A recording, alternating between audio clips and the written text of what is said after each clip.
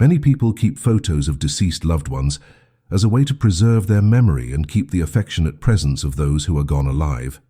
It's something natural, almost instinctive. However, few know that certain attitudes toward these images can interfere with the emotional and even spiritual balance of those who remain.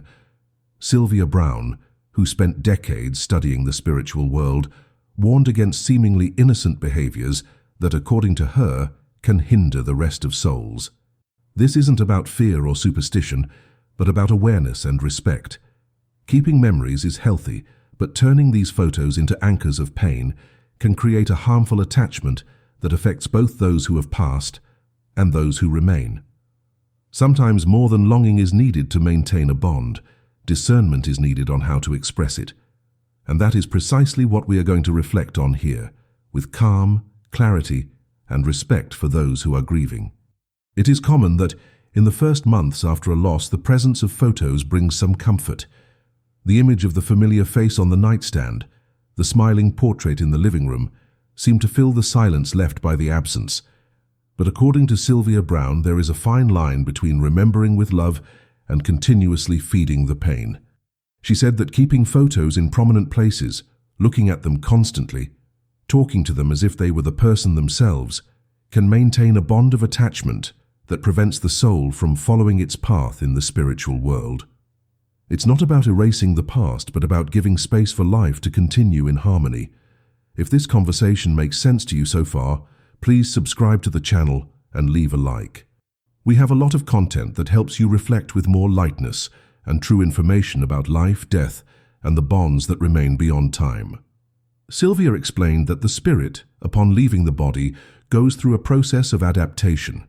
It is like a delicate transition, which requires detachment from both the soul and those who remain.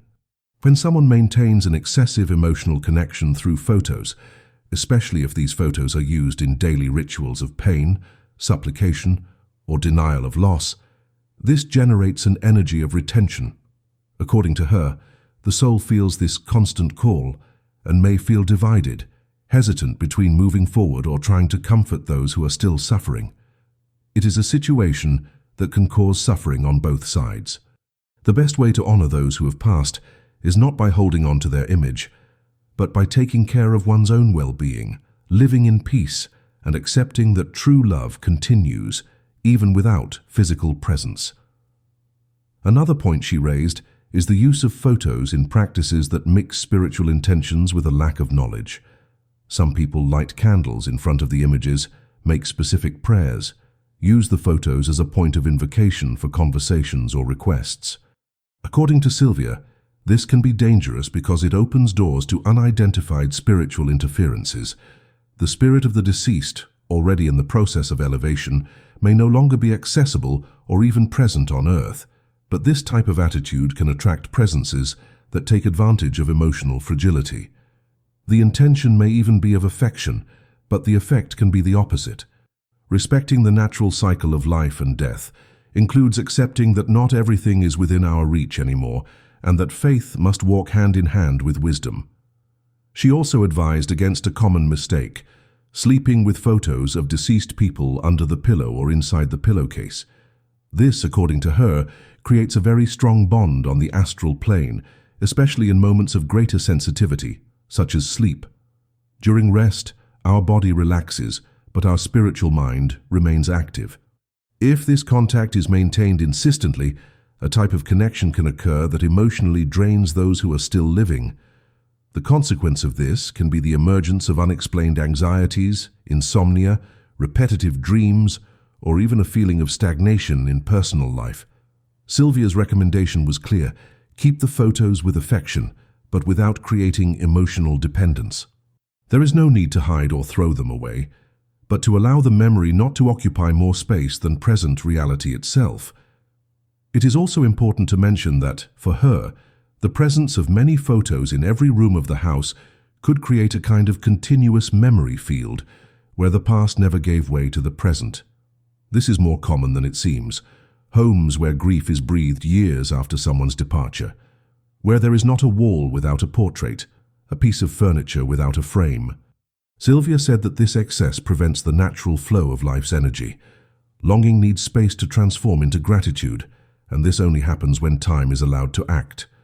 Replacing part of these images with symbols of continuity, such as photos of the current family, grandchildren, new moments, helps to renew the energy of the house and the soul. Death is not a tragic end, but part of the cycle, and should be welcomed with respect, not with stagnation.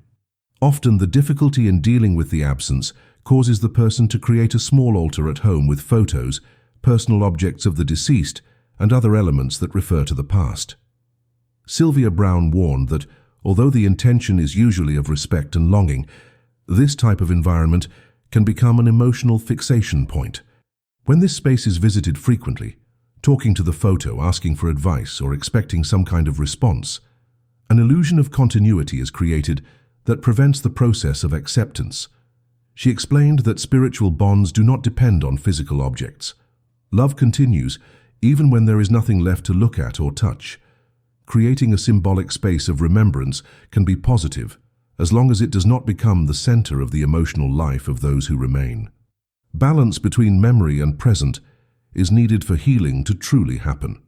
Another relevant point highlighted by Sylvia was the impact that these practices have on the younger generations of the family. Children who grow up in homes where the deceased still occupies a central place, through photos, stories, and constant tributes, may develop a confused relationship with death. Instead of understanding death as a natural transition, they may come to see it as something loaded with permanent pain and excessive attachment. Sylvia argued that we should teach new generations to revere those who have passed with respect and serenity, not with heaviness and drama. Photos are important, but they need to be presented in the context of the life that was lived, not as a constant reminder of the absence. In this way, it is possible to keep the memory alive without imprisoning the emotions of those who remain. The example of how we deal with death shapes the understanding of future generations about life. Sylvia also frequently addressed the theme of social media, which has come to function as a kind of digital memorial. Profiles of deceased people remain active, receive messages, tributes, and even requests. Although this may be comforting for some, she warned that this habit can emotionally trap those who write and also those who read. Constantly visiting these profiles, maintaining dialogues, or feeling guilty for not interacting anymore can become an invisible weight. According to her, the spiritual world does not communicate through these channels. What really matters is the inner intention, the sincere thought, the desire for peace sent in silence. Technology should be an ally, not a prison. Keeping the profile for a while may be understandable, but it is necessary to know when to detach, allowing both the deceased and the living to move on in peace and with lightness. Many people maintain message groups where the name of the deceased remains, or send texts as if they could still be read. Sylvia said that the spiritual plane does not work like a conventional mail service. She taught that thoughts sent with love and serenity reach where they need to, without the need for typed words or material objects. Digital attachments, repeated photos on cell phone screens, virtual frames, all of this may seem harmless, but ends up creating an atmosphere of stagnation. Living grief is necessary, but perpetuating it unconsciously can prevent new experiences of joy, growth, and connection. Sylvia advised, send your longing in the form of a silent prayer. Continue living with dignity and keep your heart open. The soul that has passed receives this as a gift and not as an emotional demand to be met. It is also important to reflect on the intention that is placed when looking at a photo. Sylvia explained that the gaze is not neutral. If you observe that image with regret, guilt, or deep sadness, that feeling is transmitted in some way. The energetic bond feeds on the strongest emotions, and when these emotions are negative or dense, they create a heavy field that directly affects inner balance.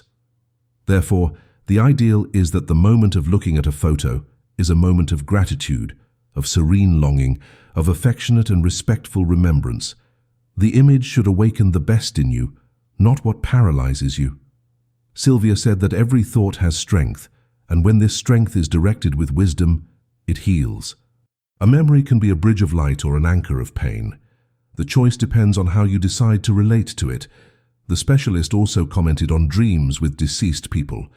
Often, after nights looking at photos, reviewing albums, and diving into memories, it is common to dream about that loved one. Sylvia warned that these dreams are not always real spiritual visits. They may just be reflections of the mind that is still processing the loss. And when we feed this cycle every day with images, sounds, objects, and feelings, the mind continues to revolve around that absence. This can trap us in a wheel of emotions with no way out. To allow the soul that has passed to follow its path with lightness, it is necessary to gradually release these ties. It doesn't mean forgetting or abandoning, but transforming pain into acceptance. Keeping photos can be healthy, as long as you know when to look at them, and above all, with what intention you do it. Sylvia Browne used to repeat that energy doesn't disappear, it just changes form. With this, she explained that the emotions left in objects, letters, and photographs remain there in some way. Therefore, if a photo was constantly touched during moments of intense pain, suffering, or despair, it may carry an energetic residue linked to those emotions. Keeping these photos in visible places without transforming this bond first can be harmful. Her recommendation was that before storing or displaying an image of someone who has passed, a moment of emotional release should be done. Take a deep breath. Give thanks for that person's life and wish them peace and light. This completely changes the vibration of the image and allows it to function as a symbol of love, not as a trigger for sadness. It's a simple gesture, but it transforms the way one lives with longing.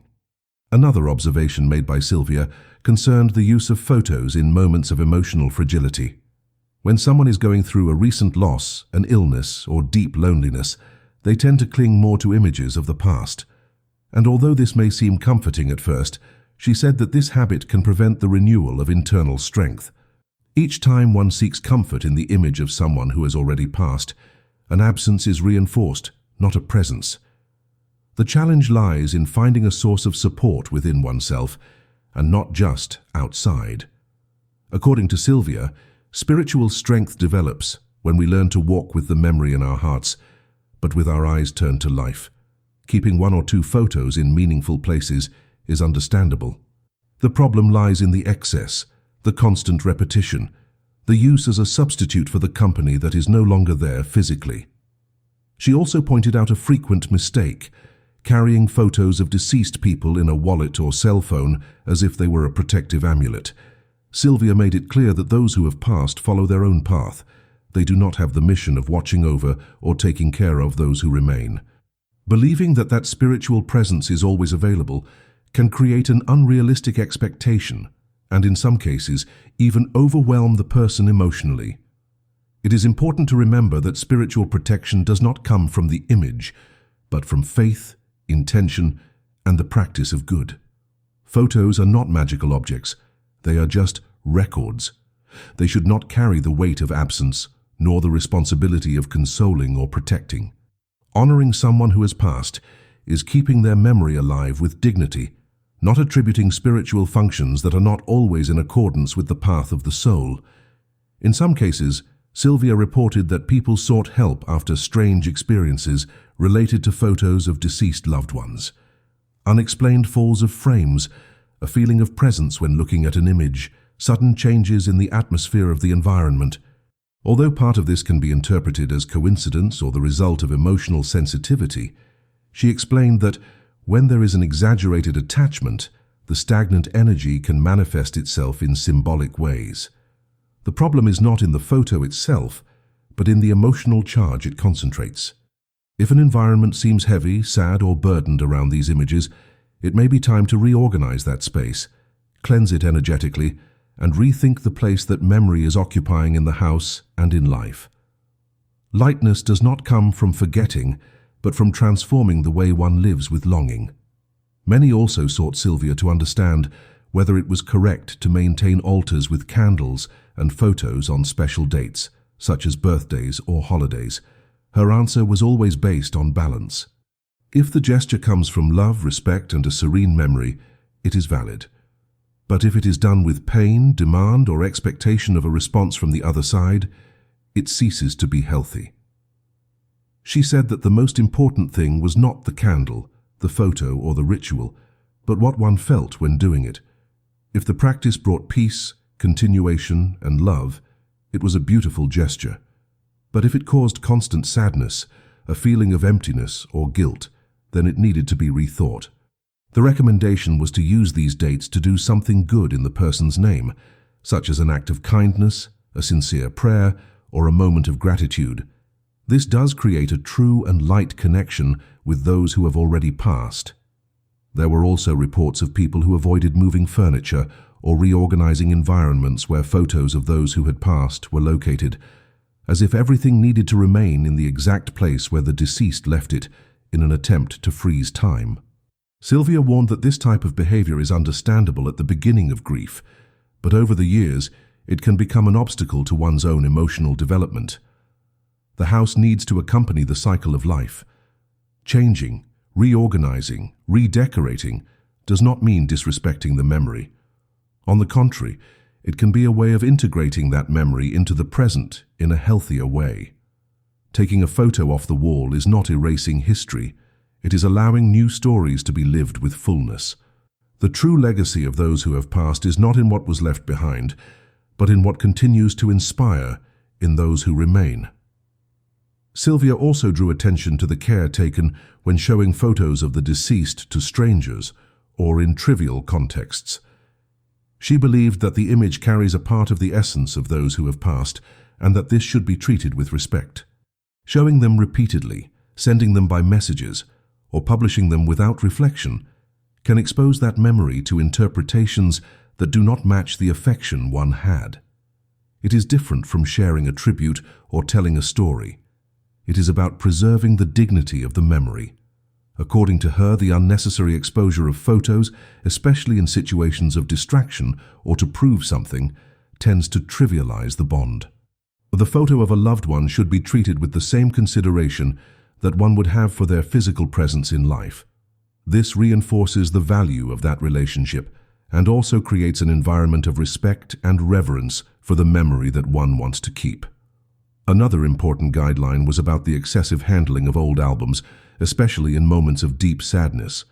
Although the habit of reviewing photos can bring comfort, Sylvia warned that, when done repeatedly and without purpose, it can drag the person into a cycle of nostalgia that paralyzes. It is not wrong to open the album and remember happy moments, but it is necessary to observe how this affects the emotional state. If, when closing the album, the feeling is of heaviness, guilt, or regret, it may be time to pause this practice. She said that healthy memory manifests itself when remembering we feel lightness and gratitude and not overwhelming sadness. The best tribute is not in constantly reliving the past, but in building a present where that memory is part of something greater, something alive, something that inspires and strengthens even if silently. Sylvia also recommended caution with the excessive digitization of these images for routine use. Saving dozens of photos of the deceased on a cell phone and seeing them frequently can reinforce the absence instead of the inner presence. When technology is used as an extension of grief, it can transform the process of longing into something automatic and without reflection. The habit of opening the gallery and seeing the same images every day creates an emotional routine that prevents overcoming. She recommended choosing a few photos with special meaning and accessing them only at specific moments, with awareness and purpose. Longing needs space to breathe, and this does not happen when it is suffocated by repeated images. Digital memory should not replace the living memory that is in the heart. That one is capable of accompanying the person in peace without depending on screens or files. Another curious point mentioned by Sylvia involved the custom of talking to photos as if the person were still alive. She said that, although the impulse is understandable, it is important to understand that the spirit is not trapped there in the image. Spiritual communication, when it happens, takes place through other paths more subtle and profound. By talking to the photo as if expecting a response, one can fall into the trap of illusion, generating emotional confusion. Instead, she suggested moments of silence, directed thoughts, and discreet prayers. This allows the connection with those who have passed to be maintained in a mature way, without confusing memory with real presence. Photos should be recognized as milestones of a time that has passed, and not as windows for constant contact. The true connection, according to Sylvia, is not measured by the frequency with which one looks at an image, but by the serenity with which one lives after departure. She also emphasized that over time, the way of remembering needs to evolve. What starts as an intense longing needs to give way to a tranquil gratitude. When this does not happen, the risk is to transform life into a memorial where everything revolves around what has passed. Sylvia encouraged people to make a conscious choice. Keep photos that bring good memories, reorganize those that awaken pain, and, if necessary, store those that one cannot yet see without suffering. It is not an act of denial, but of respect for one's own internal time. Each person has a rhythm, but it is essential to realize when something is preventing the natural advancement of life. Memory needs to be integrated into the present, not superimposed on it, and this begins with small gestures, such as looking at a photo and smiling instead of sinking into tears. Finally, Sylvia Browne said that the greatest gift one can give to those who have passed is to live well. Take care of one's own emotions, keep the house in harmony, value the relationships that are still around. The photos of those who have passed should be bridges for this care, not obstacles. Remember that life goes on, and those who have already passed do not want to be a reason for pain, but for learning. If a photo brings good longing, keep it. If it weighs too much, give it some time. The important thing is to listen to one's own heart with sincerity and act with balance. And if you feel that this content has helped you reflect in a different way, consider subscribing to the channel and sharing this video with someone who also needs to hear this. May the memory always be light on the path, never a shadow. May the photos bring peace, not prison.